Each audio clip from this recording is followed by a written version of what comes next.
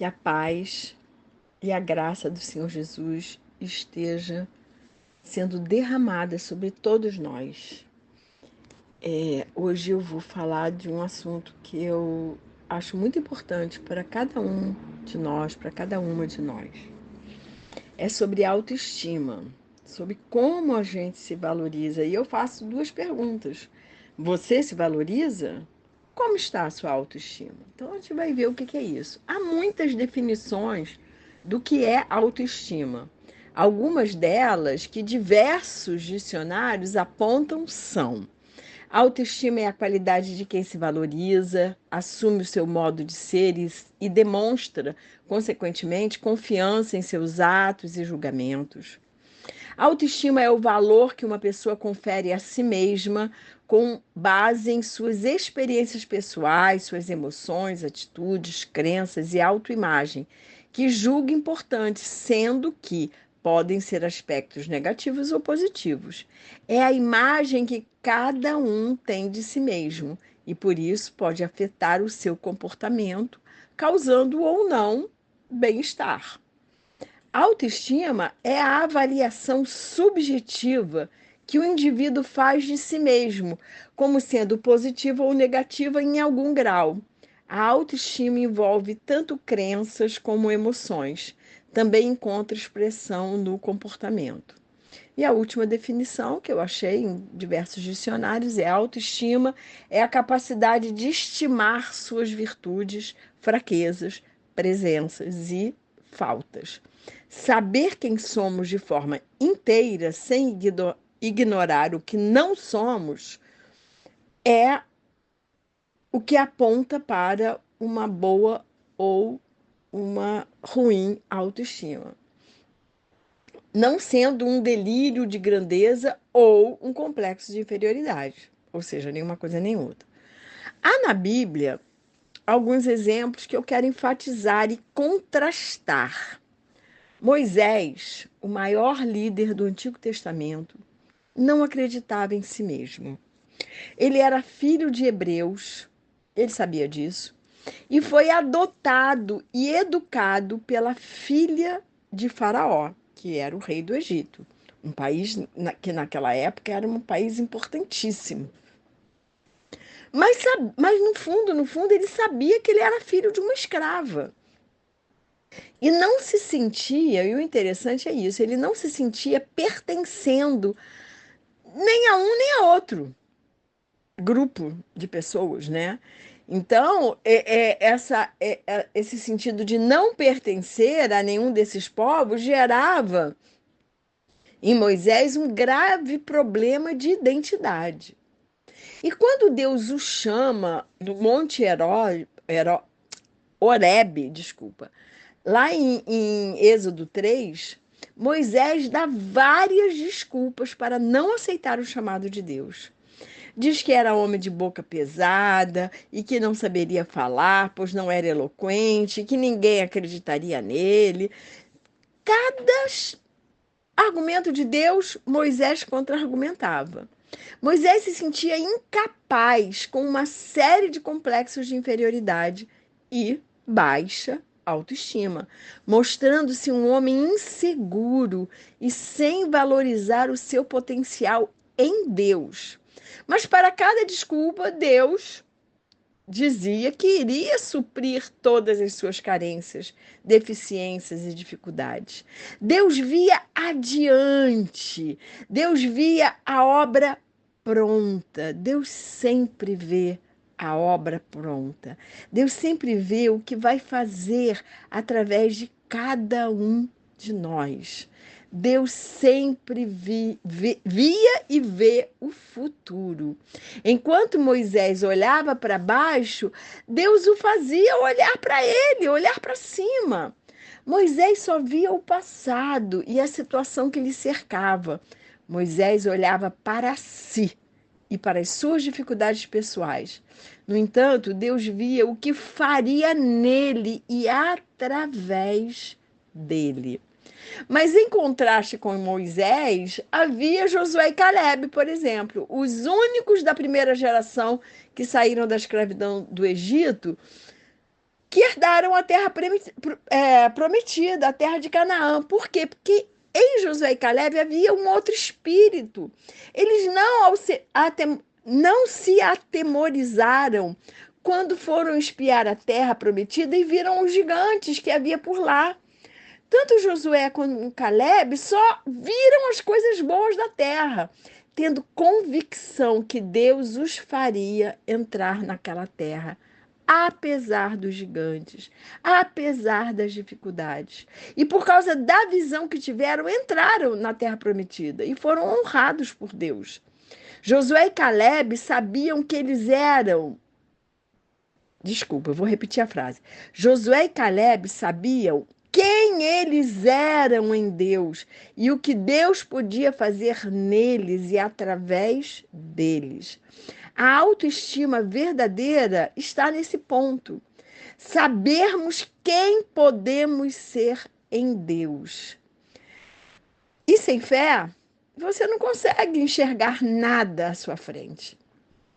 A autoestima não é uma soberba, um orgulho, nem cegueira. Não é sobre achar que somos os melhores. Não, não é isso. Quem agia assim eram os fariseus, que se achavam melhores do que os outros. Os fariseus daquela época e os fariseus de agora. Caleb, inclusive, diz uma frase que muito me impressiona. E a gente vai ler Josué 14, de 7 a 11. Diz assim a palavra de Deus. Eu tinha 40 anos quando Moisés, servo do Senhor, me enviou de Cádiz Barneia para espiar a terra. E eu lhes relatei o que estava no meu coração. Os meus irmãos que tinham ido comigo amedrontaram o povo, mas eu perseverei em seguir o Senhor, meu Deus. Então, Moisés, naquele dia, jurou, dizendo: certamente a terra em que você pôs os pés será sua e de seus filhos em herança perpétua, pois você perseverou em seguir o Senhor, meu Deus. E agora, eis que o Senhor me conservou com vida como prometeu. 45 anos se passaram desde que o Senhor falou essas palavras a Moisés quando Israel ainda andava no deserto. E agora, eis que estou com 85 anos. E aí vem a frase que me impressiona muito. A força que eu tinha naquele dia, eu ainda tenho agora. Tanto para combater na guerra, como para fazer o que for necessário.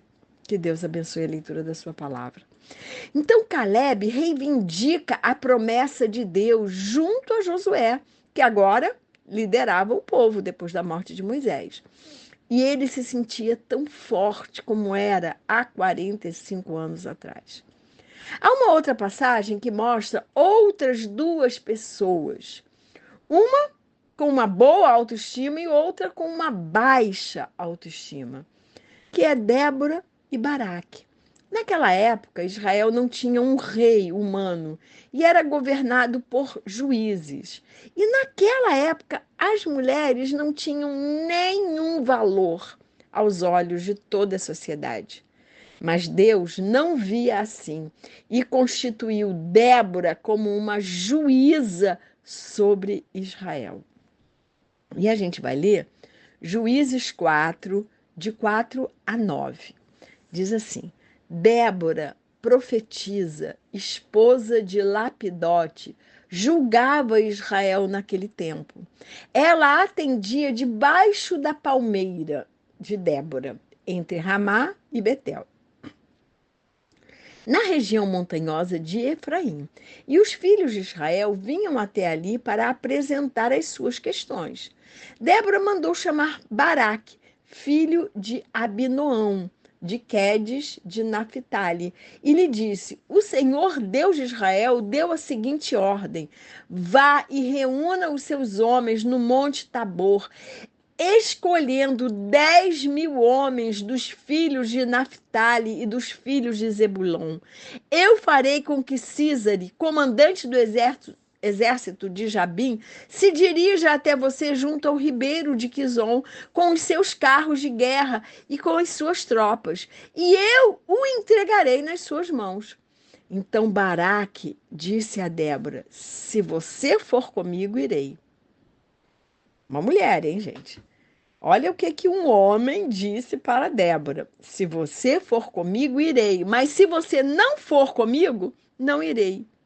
Ela respondeu: certamente irei com você, mas a honra da investida que você está empreendendo não será sua, porque o Senhor entregará Císara nas mãos de uma mulher. E Débora foi com Baraque até Quedes. Então, e óbvio que ganhou a batalha, né? Que era Deus que estava à frente. Não era Débora. Débora tinha uma boa autoestima porque sabia quem ela era em Deus. E por isso foi honrada e venceu uma batalha contra os inimigos de Israel. Mas Baraque, que fazia parte do exército de Israel, ficou inseguro e cheio de medo diante dos desafios, diante da batalha, e por isso não teve a honra de vencer aquela batalha.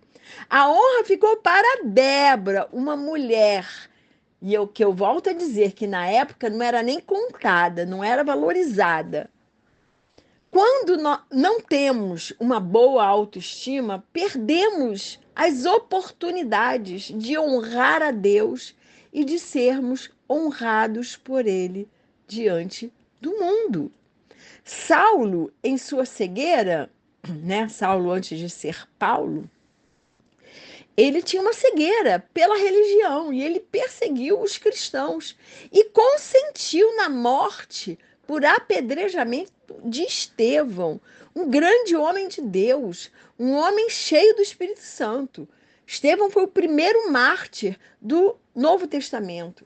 E quando Jesus se revela a Saulo, né, depois o tornando Paulo, ele fica cego para a religiosidade sem amor e sem a direção do Espírito Santo. Nós temos que ficar cegos para a religiosidade sem amor e sem a direção do Espírito Santo. Porque religiosidade sem amor e sem a direção do Espírito não vale para nada. Então, Paulo, quando sua visão foi restaurada, depois que Jesus se apresenta, se revela a ele, ele fica cego e depois sua visão é restaurada pelo Senhor, ele passa a enxergar através da visão de Jesus. Por isso se torna Paulo. Mas Paulo tinha uma boa autoestima e não ficou se lamentando por seu passado. Ele diz uma coisa poderosa em Filipenses 3, versículos 13 e 14. Ele diz: irmãos, quanto a mim, não julgo havê-lo alcançado, mas uma coisa eu faço, esquecendo-me das coisas que ficam para trás e avançando para as que estão diante de mim, prossigo para o alvo, para o prêmio da soberana vocação de Deus em Cristo Jesus. Então, Paulo sabia quem ele era em Cristo e não ficou paralisado diante da culpa, nem ficou com pena de si mesmo e fez uma grande obra na expansão do reino de Deus. Se pela nossa história de vida não adquirimos uma boa autoestima, chegou a hora de mudar a nossa história.